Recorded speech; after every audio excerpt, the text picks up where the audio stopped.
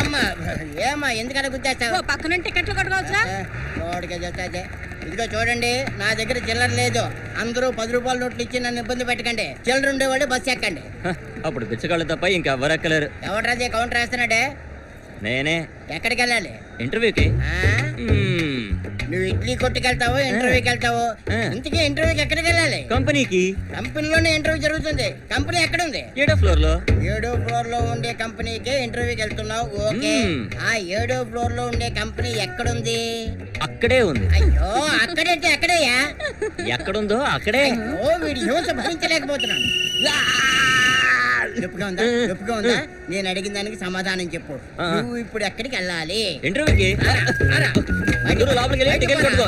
నీ ఉద్యోగం పడుతుంది. ఆ విషయం నువ్వు నాకు చెప్పక్కర్లేదు రాబాయ్.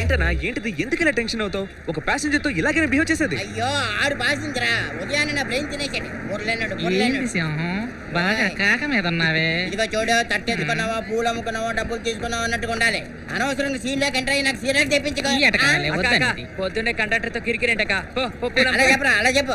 ఈ డ్రైవర్ ఎక్కడికి వెళ్ళాడు?